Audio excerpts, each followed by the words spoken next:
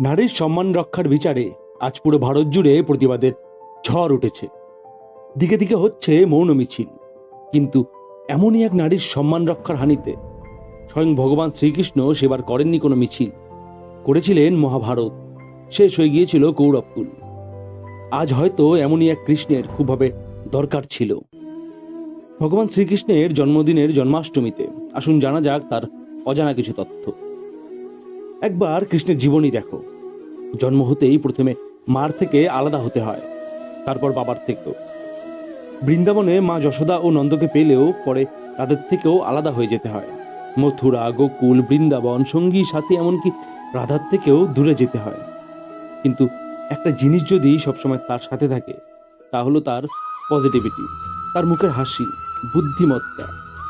কৃষ্ণ আসলে দুঃখের না, উৎসবের প্রতীক, যা আমাদের এটা শেখায় জীবনে যা কিছু হারাও না কেন, মুখের হাসি যেন না হারায়।